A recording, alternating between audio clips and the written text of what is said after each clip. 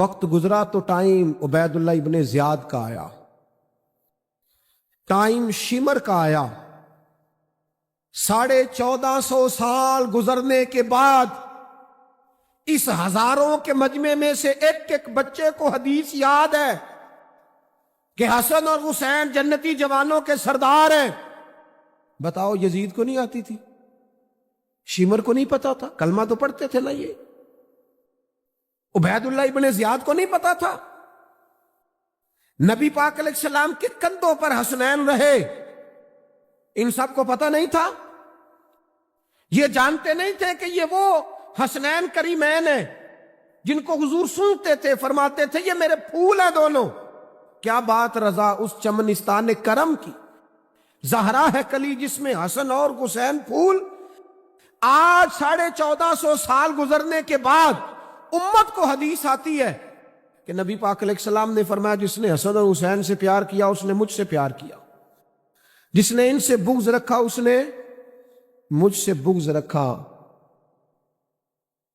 کلمہ پڑھتے تھے، مسلمان کہلاتے تھے۔ 10 محرم کو جمعے کا دن تھا، امام حسین امامہ باندھ کے گھوڑے پر بیٹھ کر خطبہ دینے لگے تو ایک شخص اندر سے بول کے کہنے لگا حسین تقریر لمبی نہ کر، ہمارا جمعہ لیٹ ہو رہا ہے۔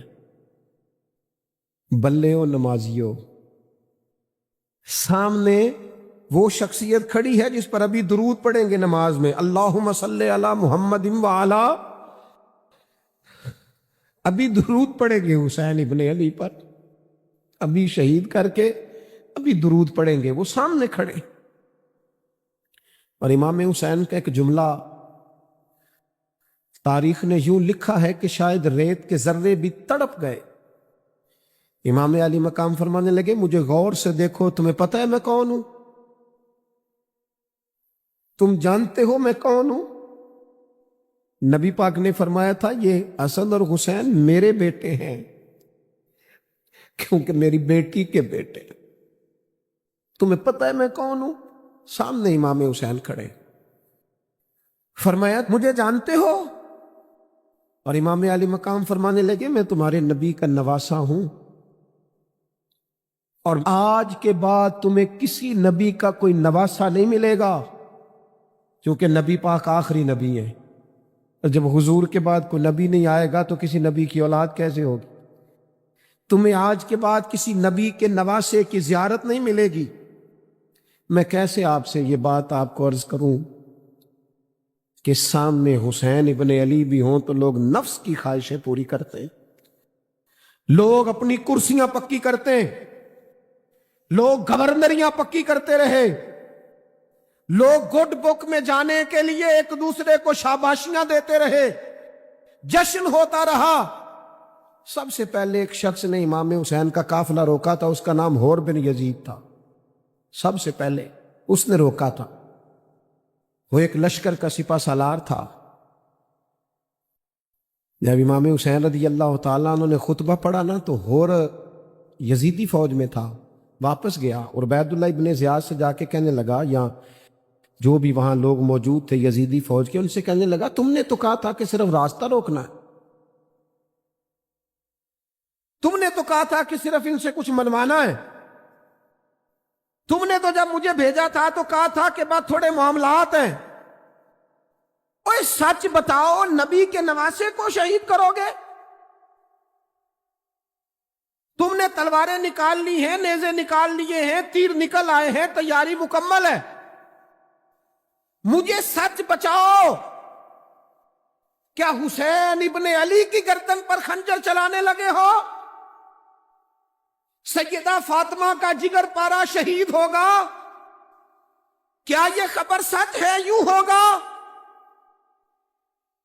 تو کہنے لگے ہاں یہی حکم ہے ہمیں، یہی تیاری ہے، یہی پروگرام ہے، یہی پلان ہے، یہی ہوگا۔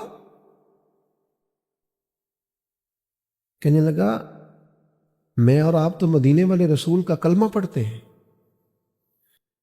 تو کیا محبوب کے نواسے کو ذبح کرو گے؟ جناب علی اکبر کو جن کا چہرہ رسول پاک سے ملتا ہے، حضرت قاسم بن حسن کو، جناب علی کے بیٹوں عباس بن علی کو، حضرت علی کے بیٹے ابو بکر بن علی کو، حضرت علی کے بیٹے عمر بن علی کو، حضرت علی کے بیٹے یہ بھی 3 کربلا میں موجود، حضرت عثمان ابن علی کو، ان کو شہید کرو گے؟ نے کہا ہاں تیاری ہو گئی ہے۔ تو سب کے ضمیر مردہ نہیں ہوتے، ہاں ہاں بڑی بڑی سخت جگہوں پہ پھول اگتے ہیں۔ اور نے جب ان سے کہا کہ تمہارا پکا ارادہ ہے، کہا پکا ارادہ ہے، تو اس نے کہا یہ زیرہ پکڑو، یہ عہدہ پکڑو، مجھے تمہارا دیا ہوا عہدہ نہیں چاہیے، حسین کے نانا کی دی ہوئی جنت درکار ہے، یہ رکھو اپنے پاس، مجھے تمہارا۔ ایڑی لگائی اس نے اور دوڑا اور امام حسین کے قدموں میں گیا، کہنے لگا حضور میں مجرم ہوں، میں خطا کار ہوں، میں نے سب سے پہلے آپ کو روکا تھا، پر مجھے قسم ہے اللہ کی میں جانتا نہیں تھا ان کا ارادہ کیا ہے۔ حضور پھول گیا، غلطی کر بیٹھا، یہ انتے ہوں گے، ان کی آنکھوں میں پٹی بندی ہوگی، اور مجھے تو پتہ ہے نا کہ دنیا کو پھر محمد کا نواسہ نہ ملے گا، مجھے خبر ہے اگر معافی مانگوں تو معاف کر دو گے، پہلا مجرم ہوں، میں نے روکا ہے، اگر آ جاؤں تو قبول کر لو گے؟ یہ ظرف، یہ حوصلے، یہ توانائیاں اگر ہیں تو سیدہ فاطمہ کے دودھ میں ہیں، یہ شیر خدا کی تربیت میں ہیں، یہ محبوب نے جو ان کی زبانوں کو چوسا تو اس کرم میں ہے۔ حضرت امام حسین نے اٹھ کے سینہ یوں چوڑا کیا، ہاتھ پھیلائے، فرمایا آجا، لگ جانا میرے سینے کے ساتھ، تو آ جانا، تو نے دیر کی، ہم تو پہلے سے منتظر تھے، تو آ جا، تیری ساری معاف ہے، ہور کے مقدر جاگے۔ امام علی مقام کے لشکر میں شامل ہوا، بعض نے لکھا ہے جو لوگ ابتدا میں شہید ہوئے امام حسین کی طرف سے، ان میں ہور شامل۔ خدا را کچھ خواہشات، کچھ نفسانی باتیں چھوڑ دو، سارا دن اپنے آپ کو ہی منواتے رہنا، اپنی ضد کے سامنے لوگ بڑے بڑے ادارے تباہ کر دیتے، بڑی بڑی جماعتیں تباہ ہو گئیں، بڑے بڑے آستانے خیر کے ٹوٹ گئے، لیکن ہماری انا، ہماری ضد، ہمارا تکبر، ہماری اپنے لیے خواہشات یہ ختم نہ ہو سکیں۔ امام حسین رضی اللہ تعالیٰ عنہ کو جن لوگوں نے شہید کیا، انہیں حضور کا خون نظر نہیں آیا، نفس کی خواہشیں نظر آئیں، جائیدادیں نظر آئیں، لیکن پتہ ہے کمال کیا ہے؟ ہمیشہ جو لوگ حق قبول کرتے ہیں نا، اللہ تعالیٰ انہیں یہ عزت عطا کرتا ہے۔ 2-4 باتیں میری ضرور لے کے جانا، یہی لنگر ہے آج پیغام حسین کانفرنس کا۔ دیکھو آپ کے والد آپ کو جو سمجھاتے ہیں وہ ٹھیک ہے، یا جو آپ کہہ رہے ہیں وہ ٹھیک ہے؟ غور کرو، آپ کے اساتذہ اور مشائخ جو آپ کو کہتے ہیں وہ ٹھیک ہے، یا جو ضد آپ نے لگا لیا وہ ٹھیک ہے؟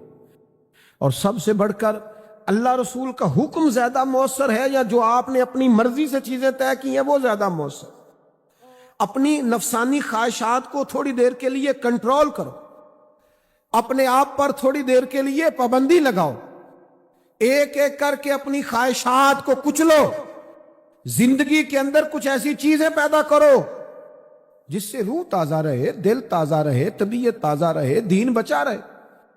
جتنی طلاقیں ہوتی ہیں نا معاشرے میں، ہم سے اگر دن میں 100 لوگ مسئلہ پوچھتے ہیں تو 95 طلاق والے ہوتے ہیں، سوائے اس کے کہ نہ میاں ہارنے کو تیار تھا، نہ بیوی ہارنے کو تیار تھی، بالآخر رشتہ ہی ہارا، دونوں کے ہوتے ہوئے بچے یتیموں جیسی زندگی گزارنے لگے۔ تھوڑی دیر کے لیے لوگ چپ نہیں کیے، سارا کچھ ختم کر لیا۔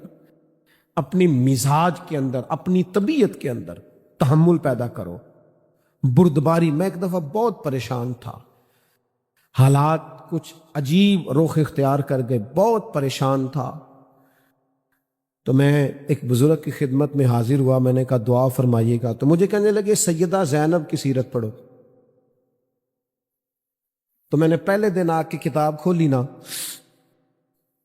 تو دربار دمشق میں جو جناب زینب نے کلام فرمایا نا، انسان ٹوٹ جاتا ہے، لیکن انسان حق پہ ہو کہ اگر گلا بھی کٹا لینا تو اس کا مزاج طاقتور رہتا ہے، روح طاقتور رہتی، اسے محسوس ہوتا ہے کہ میں کمزور نہیں پڑا۔ یزید نے جب کوئی بات کی نا دمشق کے دربار میں، تو حضرت زینب پیچھے بیٹھی تھی پردے کے لوگوں کے درمیان، اس نے جب کوئی بات کی تو جناب زینب وہاں سے اٹھ کے، ہماری خواتین ہر بات پہ روتی ہیں، دکھ ہیں کہ ختم ہی نہیں ہوتے، جناب زینب پیچھے سے اٹھیں پردے کے پیچھے سے، اور جب اپنی گرجدار آواز میں انہوں نے گفتگو شروع کی تو وہاں ایک نابینا بزرگ بیٹھے تھے جو مولا علی شیر خدا کی بارگاہ میں حاضری دیا کرتے تھے۔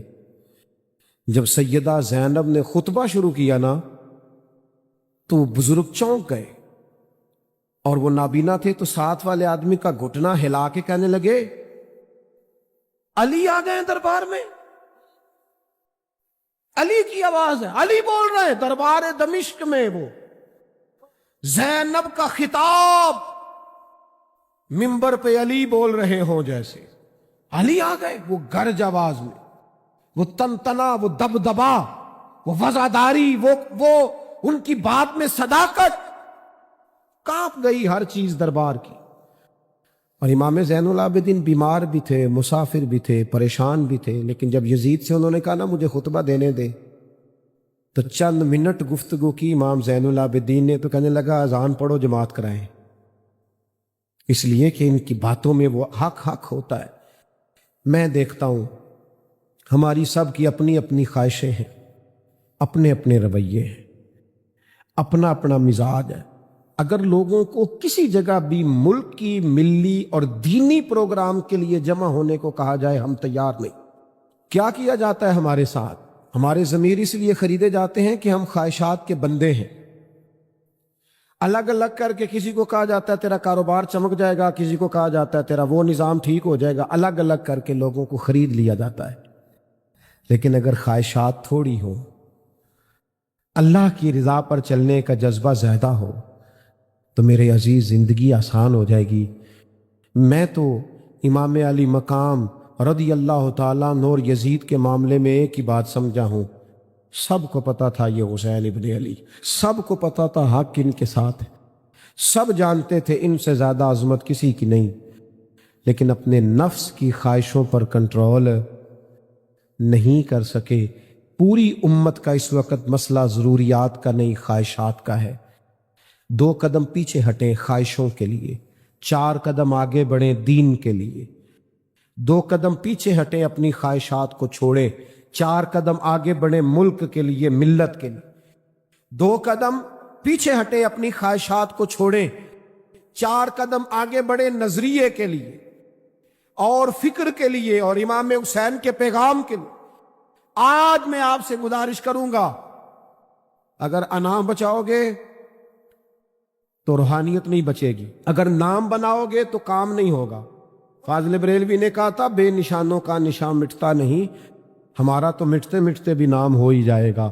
اپنی زندگی سے نفسانی خواہشات کو نکال دو، ورنہ یہ بڑے بڑے فضیلت معاب لوگوں کے سامنے بھی کھڑی ہو جاتی ہے، بے ادب کرتی ہے، دیکھو یہ گستاخ بناتی ہے، معاذ اللہ۔ بڑی جگہ انسان زیادتیوں پہ، آج بھی کچھ لوگ کہتے ہیں فلاں آدمی اتنا نیک ہے تو پھر فلاں بندہ مخالفت کیوں کرتا ہے؟ میں نے کہا جو نبیوں کی مخالفت سے باز نہیں آئے، جو صحابہ کی مخالفت سے باز نہیں آئے، اہل بیت کی مخالفت، جو حسین ابن علی کے سامنے کھڑے ہو گئے، کوئی نیک آدمی کس کھاتے میں؟ اللہ کا قرآن کہتا ہے یجاہدون فی سبیل اللہ ولا یخافون لومۃ لائم ذالک فضل اللہ یؤتیہ من یشاء۔ کچھ لوگ اللہ کے رستے میں جہاد کرتے ہیں تو لوگ ان کی ملامت بھی کرتے ہیں، انہیں برا بھی کہتے ہیں، پر وہ کسی کی پرواہ نہیں کرتے۔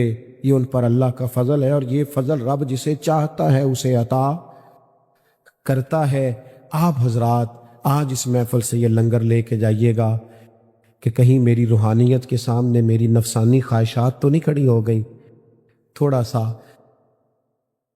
2 قدم پیچھے ہٹنا ہے، ہم نے امام علی مقام سے فیض لینا ہے، امام حسین کی عظمتوں کو سلام کرنا ہے۔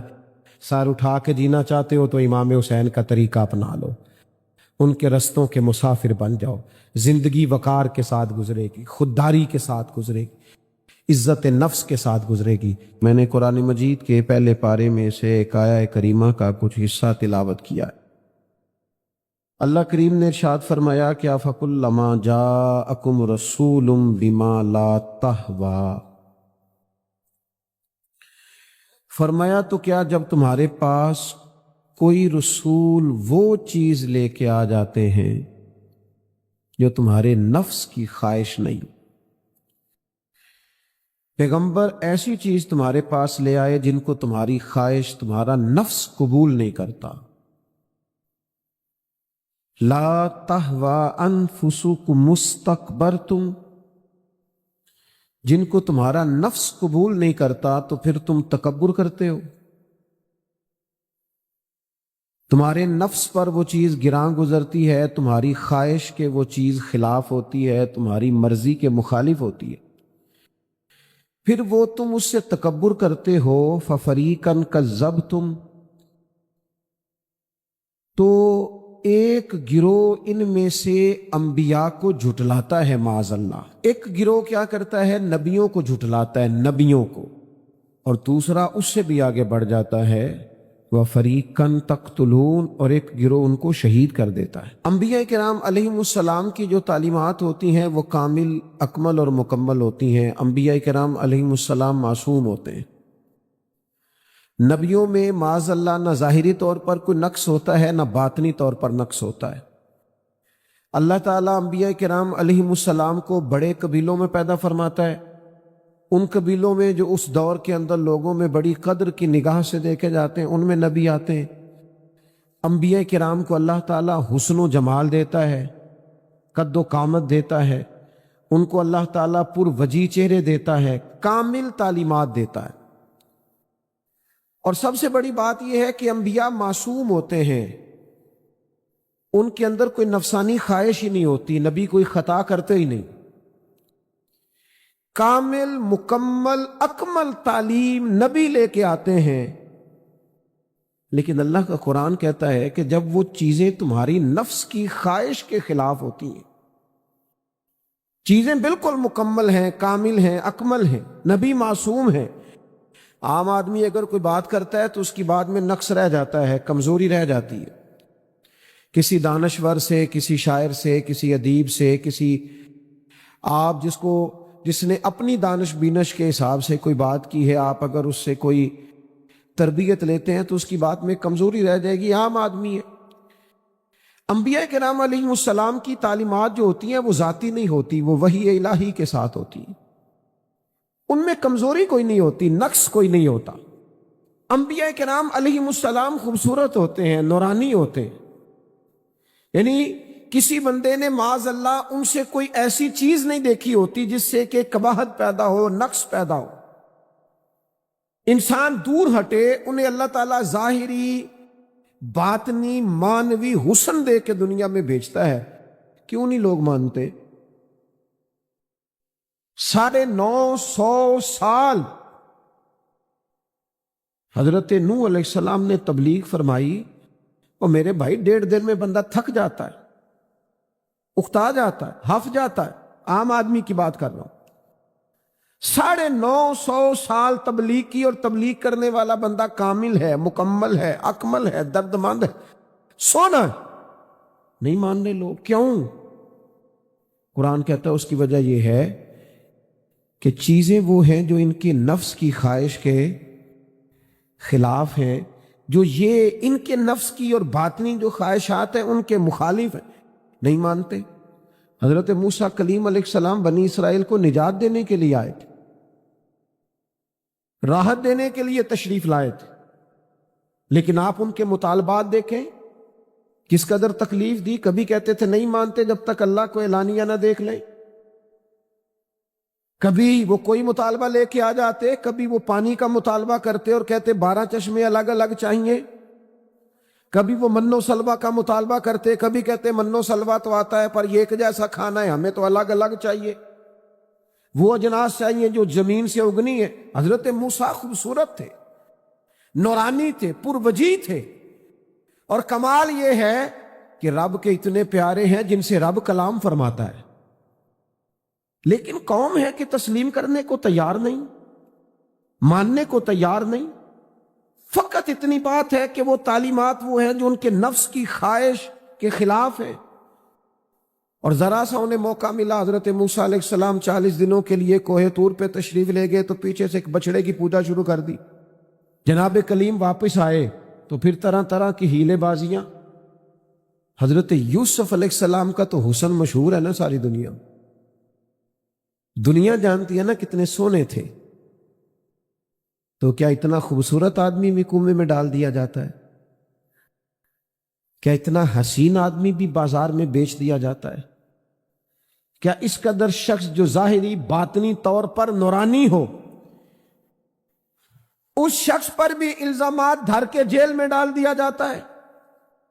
مخلوق تو فنکار ہے اس درجہ کے پل بھر میں سنگے در کعبہ سے بھی اصنام تراشے. اور تم کون ہو، کیا چیز ہے داغے کبابی، لوگوں نے تو مریم پہ بھی الزام تراشے. حضرت مریم سلام اللہ علیہ پر بھی، اور جناب عیسیٰ جن کو اللہ نے کھلے معجزات دیے. کوئی ضرورت تھی کسی اور چیز کی؟ جو بچہ پنگوڑے میں کہہ رہا ہے انی عبداللہ، میں اللہ کا بندہ ہوں، کھلے معجزات اور وہ بھی پنگوڑے میں. لیکن قرآن کہتا ہے تعلیمات وہ تھیں کہ جو ان کی نفس کی خواہش کے خلاف تھی. لہذا نفس کی خواہش، وہ جو ایک جگہ پہ قرآن مجید نے کہا نا کچھ لوگوں نے نفس کی خواہش کو خدا بنا لیا، وہ چونکہ خواہشات نفسانیہ کے خلاف تھیں، نتیجہ اس کا یہ نکلا کہ ان لوگوں نے پیغمبروں، رسولوں، انبیاء، اللہ کے محبوب بندوں کو جھٹلا دیا، یہاں تک کہ قتل کر دیا. حضرت زکریہ علیہ السلام جیسے لوگوں پر آرے چلا دی، شہادتیں ہو گئی انبیاء کی. وجہ کیا تھی؟ نفس کی خواہش کے خلاف تعلیمات تھی انبیاء کی، نہیں تسلیم کیا. نبی اکرم نور مجسم شفیع معظم صلی اللہ تعالی علیہ وسلم کے نہ سارے معجزات ان لوگوں نے اپنی آنکھوں سے دیکھے تھے، اور ایک دوسرے کے سامنے بیٹھ کے حضور کی تعریفیں کرتے تھے کہ میرا بھتیجا ہے، اس نے کبھی جھوٹ بولا ہو، ہے کبھی امانت میں خیانت کی ہو، ہے کبھی اس کے اندر کوئی نقص دیکھا ہو. وہ تعریفیں، وہ خوبصورتیاں، وہ رعنائیاں.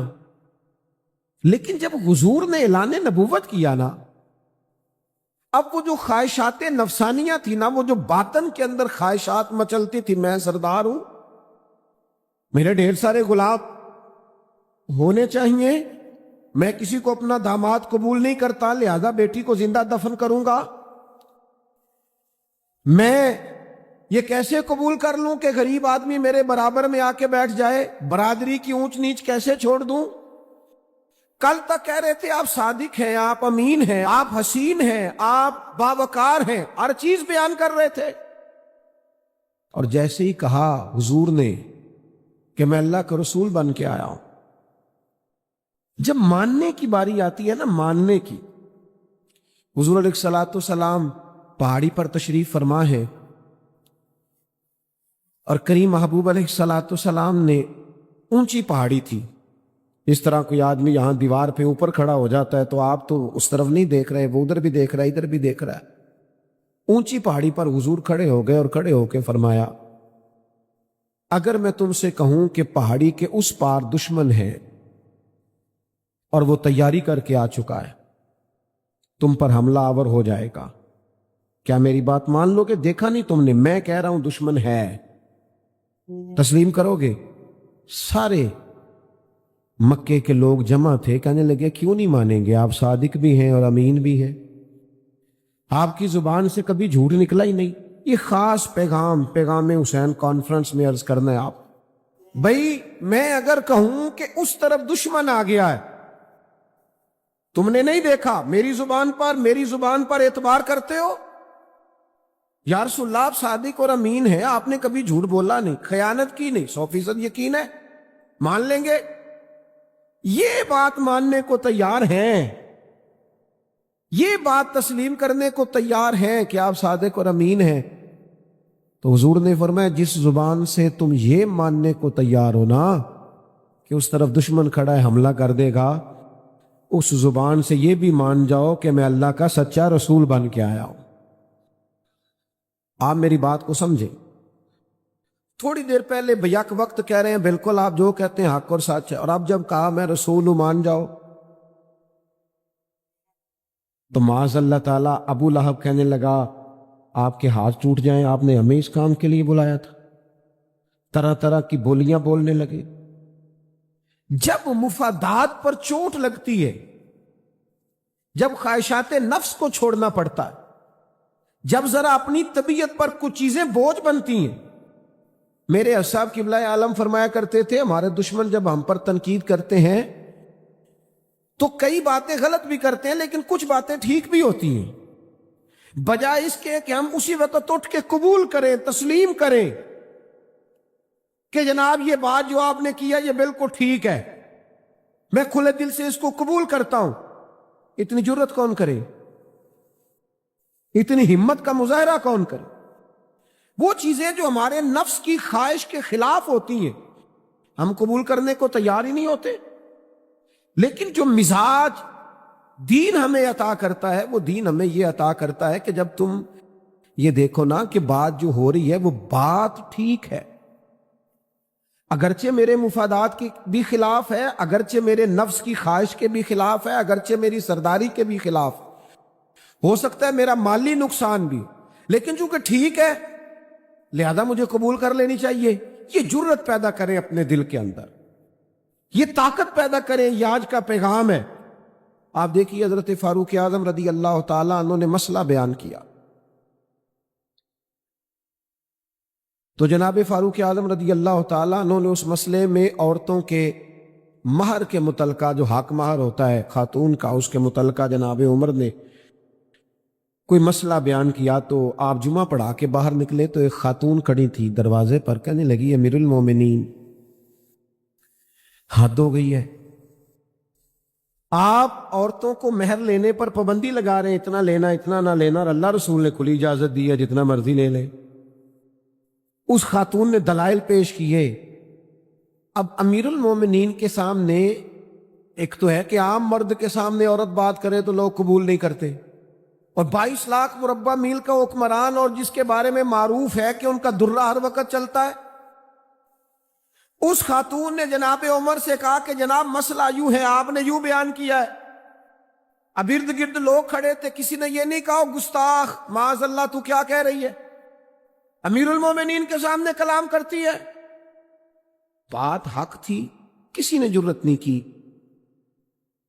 ایک شخص حضرت عمر سے کہنے لگے حضور آپ کچھ بولتے کیوں نہیں، کچھ تبصرہ کریں۔ فرمانے لگے بولنا کیا ہے، ایک مرد نے خطا کی ہے اور ایک عورت ٹھیک کہہ رہی ہے، اس کی بات درست ہے، میں کھلے دل سے قبول کرتا ہوں۔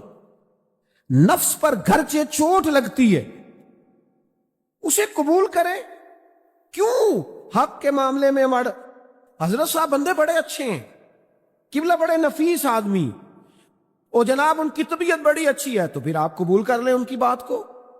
کہتے ہیں آپ دعا کریں میرے لیے، میں قبول کر لوں، آپ دعا کریں میں ٹھیک ہو جاؤں۔ او خدا کے بندے، جسے تو ٹھیک سمجھ رہا ہے اس کی بات کو قبول کر، اس بات کا قائل ہو جا، اس پر عمل کر۔